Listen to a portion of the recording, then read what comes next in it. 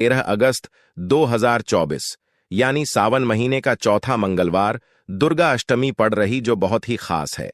और दोस्तों, ये जो अष्टमी तिथि है जो कि सावन महीने में मंगलवार को पड़ रही है, दोस्तों इसी दिन किया जाने वाला पंडित जी द्वारा बताया गया एक लाल फूल और एक सफेद फूल वाले उपाय आप लोगों को जरूर करना चाहिए, क्योंकि दोस्तों ये एक ऐसा उपाय है जो कि हर दिन नहीं किया जाता।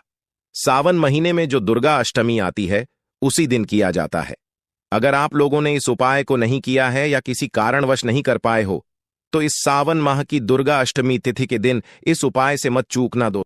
तो चलिए जानते हैं इन विशेष उपायों के बारे में।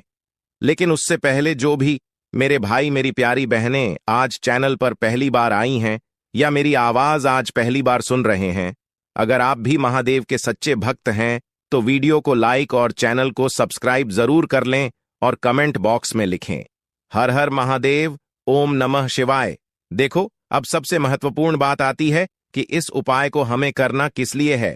जैसा कि हमने अभी आपसे बोला कि इस उपाय को करने के बाद आपके जीवन में बहुत सारी खुशियां आएंगी, आपकी मनोकामनाएं पूर्ण होंगी, आपकी धन की समस्या दूर होगी, आपकी पैसों की समस्या दूर होगी।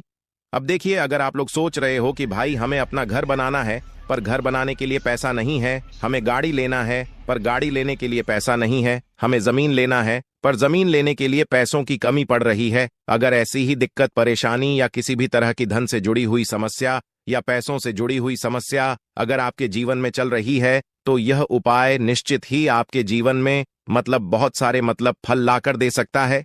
इसीलिए अगर आपके घर में बहुत ज्यादा दिक्कत समस्या परेशानी चल रही है, धन से जुड़ी हुई पैसों से जुड़ी हुई धन की बहुत ज्यादा कमी आ रही है, पैसों की बिल्कुल आवक नहीं हो रही है, तो भाई आप लोगों को इस वाले उपाय को जरूर करना चाहिए।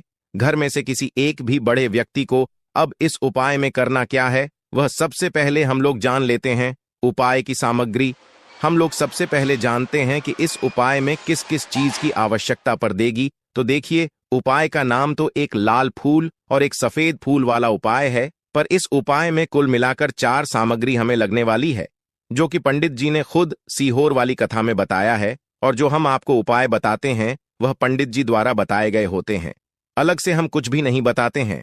तो यहां पर हम लोग समझते हैं कि इस उपाय की सामग्री क्या है। तो देखो, उपाय की जो सामग्री है वह 4 सामग्री है, जिसमें से सबसे पहली सामग्री है एक बेलपत्र। देखो, बेलपत्र क्या होती है? बेलपत्र जो शिव के शिवलिंग पर चढ़ती है। दूसरी चीज है एक शमी पत्र। शमी पत्र वह जो शिवलिंग पर ही चढ़ता है। तीसरी चीज है दोस्तों एक लाल फूल, जो उपाय का नाम है। तो एक यहां पर आपको लाल फूल लेना है। अब यह लाल फूल कौन सा लेना है? देखो, शिवलिंग के ऊपर जो लाल फूल चढ़ता हो उनमें से कोई भी एक लाल फूल पसंद कर लेना और वह कहीं से तोड़कर या कहीं से खरीद कर लेकर आना और उस लाल फूल को उपाय में प्रयोग कर लेना। उसके बाद में एक सफेद फूल, सफेद थी फूल का विशेष रूप से ध्यान रखना, जो सफेद फूल शिवलिंग पर चढ़ता हो सिर्फ वही सफेद फूल लेकर आना, इसके अलावा कुछ मत लेकर आना। लेकिन केतकी का मत लेना। तो एक एक मात्रा में ही आपको ये चारों सामग्री चाहिए, एक बेलपत्र, एक शमी पत्र, एक लाल फूल और एक सफेद फूल। ये चारों सामग्री आप लोग तैयार करके रख लें।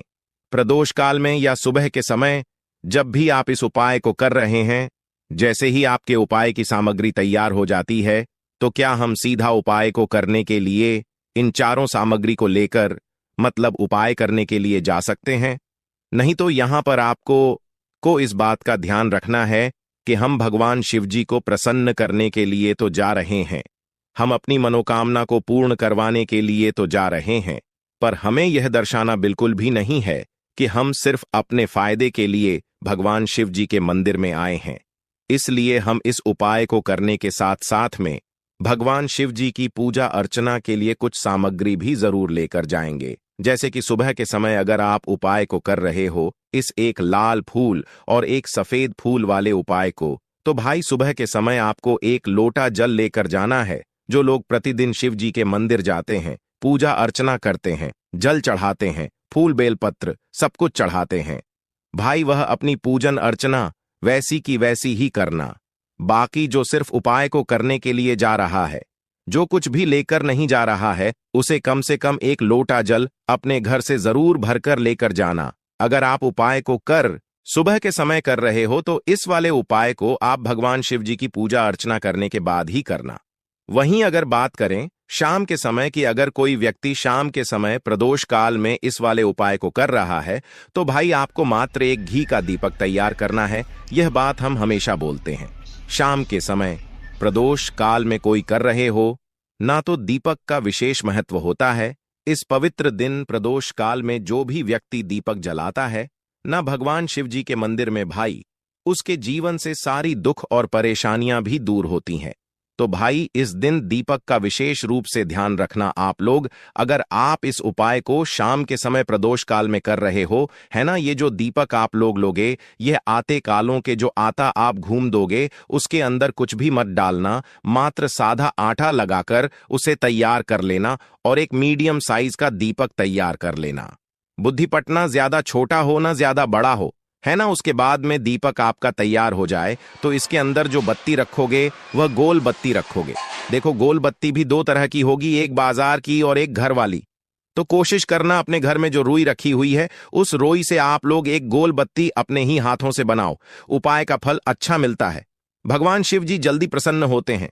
जब हम किसी भी उपाय को अपने हाथों से परिश्रम करके तैयार करते हैं तो आपको उस दीपक के अंदर एक गोल बत्ती रख देनी है।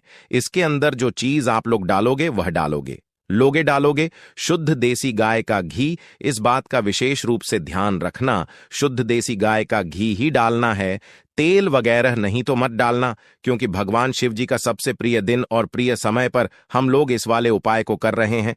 तो थोड़ा सा शुद्ध देशी गाय का घी इतना डालना कि वह दीपक कुछ समय तक चल सके। ना बाजार वाला मिलावटी घी डालना, भैंस का घी डालना। शुद्ध देसी गाय का घी आपको ढूंढने में थोड़ी मेहनत लगेगी और महंगा भी मिलेगा, पर गाय के घी से भगवान शिव जी प्रसन्न होते हैं और उसी शुद्ध देशी गाय के घी से घर में बरकत बनी रहती है और हमारे घर में सुख शांति भी बनी रहती है। इसलिए इस शुद्ध देशी गाय का घी को अपने घर में हमेशा रखा करो। वह भगवान शिव जी के कार्यों में भी उपयोग में आता है और उपायों में भी हम लोग प्रयोग कर सकते हैं। तो यहां पर आपकी सारी तैयारियां हो चुकी हैं। उपाय को करते समय शुद्धता का विशेष रूप से ध्यान रखिएगा। सुबह कर रहे हो तो भाई सुबह तो आपको स्नान करना ही करना है। बाकी शाम को कर रहे हो तो शाम को मात्र हाथ मुंह धोकर भी आप लोग इस वाले उपाय को कर सकते हो। कोई दिक्कत वाली बात नहीं है भाई। उपाय की पूरी सामग्री तैयार करके और पूजन सामग्री लेकर आपको भगवान शिव जी के मंदिर पहुंचना है, जो आपके घर के पास में हो, जहां पर शिवलिंग विराजित हो, शिवालय हो, वहां पर आप लोगों को पहुंचना है। और जैसे ही आप भगवान शिव जी के मंदिर में पहुंचते हो, वहां जाकर ही उपाय शुरू नहीं करना है। पहले आपको भगवान शिव जी की पूजा अर्चना करना है। पूजन अर्चना कैसे करोगे? सुबह के समय गए हो तो एक लोटा जल वगैरह जो भी पूजन सामग्री लेकर गए हो, उससे पहले पूजन सामग्री आप लोग पूजन भगवान शिव जी की कर लो। जो व्यक्ति सिर्फ एक लोटा जल लेकर गए हैं, वह शिव जी की शिवलिंग पर मात्र एक लोटा जल धारा से धीरे धीरे करके 4 हाल है ना, अपनी पूजन अर्चना आप लोग जो है पूरी कर लो पहले। उसी के बाद अगर आप शाम के समय कर रहे हो तो पहले जाकर बैठना है भगवान शिव जी के शिवलिंग के पास में। आप जो दीपक तैयार करके लेकर आए हो, उस दीपक को पहले जलाना है। यह जो दीपक आप लोग जलाओगे ना, ये किसी और की माचिस से मत जलाना। अपनी ही माचिस अपने ही घर से लेकर आना और इस दीपक को अपने ही माचिस से जलाना। अगर आपने मंदेर की माचिस या किसी और की माचिस ले ली, इस उपाय को करने में इस उपाय का फल उस व्यक्ति को भी थोड़ा बहुत मिल जाएगा। इस बात का ध्यान रखना। अपने घर से अपनी ही माचिस लेकर जाना और इस दीपक को जलाना। दीपक को जलाने के बाद भगवान शिव जी की शिवलिंग के पास में रख देना। शिवलिंग के इतना पास में मत रखना कि भगवान शिव जी को आंच लगे, थोड़ी सी दूरी बनाकर ही जो है इस दीपक को शिवलिंग के पास में आप लोग रख दीजिएगा। अब जैसे ही आपकी पूजन अर्चना हो जाती है, भगवान शिव जी के शिवलिंग के सामने या आसपास कहीं पर भी बैठ जाइए उपाय को करने के लिए। और उपाय को करने से पहले आप लोग अपनी वह चारों पूजन सामग्री निकाल लीजिए। उपाय की जो सामग्री है वो निकाल लीजिए और भगवान शिव जी के शिवलिंग के ऊपर एक माता अशोक सुंदरी जी का स्थान देख लीजिए। माता अशोक सुंदर जी का जो स्थान होता है वह जलाधारी के ऊपर होता है। जलाधारी के बिल्कुल बीचों बीच में होता है। आप लोगों ने देखा भी होगा, शिवलिंग जल आधारित होती है। जल आधारित के बिल्कुल बीचों बीच का जो स्थान होगा वह माता अशोक सुंदर जी का स्थान होगा, क्योंकि यहीं पर हमें यह जो है उपाय को करना है। सबसे पहली चीज, अब हम उपाय को करना शुरू करते हैं। आप सबसे पहले अपनी एक बेल पत्र उठा लो। एक बेल पत्र को आपको माता अशोक सुंदरी जीव वाले स्थान पर सबसे पहले समर्पित करना है। बेल पत्र की डंडी का मुख होगा जलाधारी की तरफ, जहां से जल बहता है और नीचे गिरता है, और बीच वाली बद्दी पट्टी का मुख मतलब शिवलिंग की तरफ होगा। इस तरीके से आपको इस बेल पत्र को माता अशोक सुंदरी जी वाले स्थान पर समर्पित कर देना है। उसके बाद में अपनी एक शमी पत्र उठा लो जो आप उपाय के लिए लेकर आए हुए हो। शमी पत्र को उठाकर शमी पत्र की भी जो डंडी का भाग होगा वह जलाधारी की तरफ करके, जहां से जल बहता है नीचे गिरता है, उस तरफ करके, और पत्ती वाला भाग शिवलिंग की तरफ करके इस शमी पत्र को भी उस बेल पत्र के ऊपर आपको समर्पित कर देना है। समर्पित करने के बाद अब आप ले लो अपना एक लाल फूल जो आप उपाय को करने के लिए लेकर आए हुए हो। इस लाल फूल का जो खिला हुआ भाग होगा, चाहे वह गुलाब का फूल हो चाहे कोई सा फूल जो शिवलिंग पर चढ़ता हो, भाई उस फूल का जो खिला हुआ भाग होगा वो शिवलिंग की तरफ होगा। बाकी जो पीछे का भाग होगा फूल का वह जलाधारी की तरफ, जहां से जल बहता है नीचे गिरता है, उस तरफ होगा। और आखिरी में आपका जो एक सफेद फूल बचा हुआ है, इस सफेद फूल को भी आपको लेना है, और सफेद फूल का जो खिला हुआ भाग होगा वो शिवलिंग की तरफ होगा।